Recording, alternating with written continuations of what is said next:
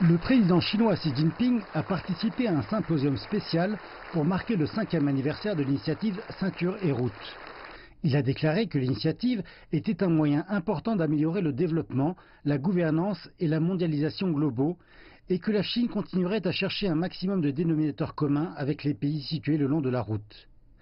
Il a exprimé l'espoir que le projet promeuvra davantage d'échanges multinationaux.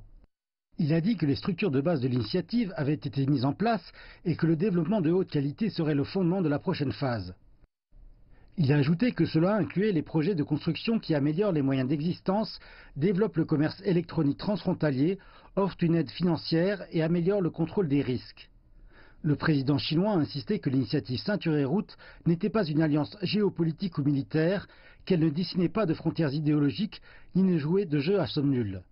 Il a dit qu'au contraire, l'initiative était ouverte et inclusive et accueillait tous ceux qui souhaitent s'y joindre. Plus tard, lundi, les officiels ont tenu une conférence de presse pour parler des progrès de l'initiative Ceinture et Route au cours des 5 dernières années.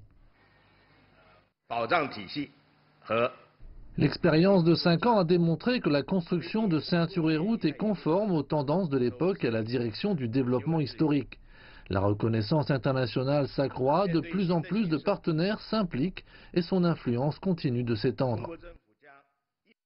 Les officiels disent que malgré les difficultés et les incompréhensions, la Chine continuera ses efforts au bénéfice mutuel, aux résultats gagnant-gagnant et à l'ouverture.